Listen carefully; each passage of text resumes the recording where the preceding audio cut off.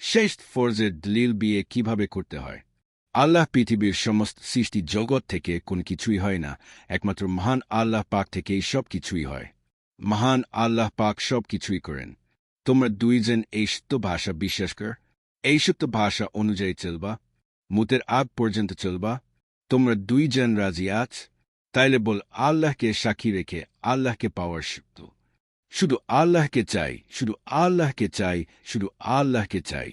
পৃথিবীতে কোনো কিছুই চাই না, শুধু আল্লাহকে চাই, শুধু আল্লাহর পরিচয় লিয়া চলতে চাই। তাইলে তোমরা দুইজন স্বামী স্ত্রী হতে রাজি আছ, তাইলে তোমরা দুইজন স্বামী স্ত্রী হতে রাজি আছ, তাইলে তোমরা দুইজন স্বামী স্ত্রী হতে রাজি আছ। আল্লাহ স্বামী স্ত্রী সম্পর্কের মধ্যে আল্লাহর মোহাবত হয়ে যাক। নতুন কোরআন শরীফের আয়াত। নামাজের শ্রেষ্ঠ নামাজ বিয়ে। বিয়ে হচ্ছে একটা ছেলে ও একটা মেয়ে মিলে আল্লাহর কাজ করা। একটা ছেলে ও একটা মেয়ে মিলে আল্লাহর কাজ না করলে বিয়ে হবে না। একটা ছেলে পুরুষদেরকে আল্লাহর পরিচয়ের দাওয়াত দিবে, একটা মেয়ে মহিলাদেরকে আল্লাহর পরিচয়ের দাওয়াত দিবে।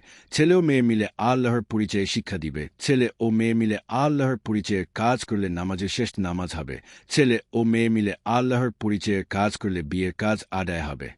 নামাজের সপ্তম নামাজ কোরবানি। কোরবানি হচ্ছে আল্লাহর পরিচয়ে শিক্ষা দিতে গিয়ে যে ত্যাগ করা হয়, সে ত্যাগের নাম কোরবানি।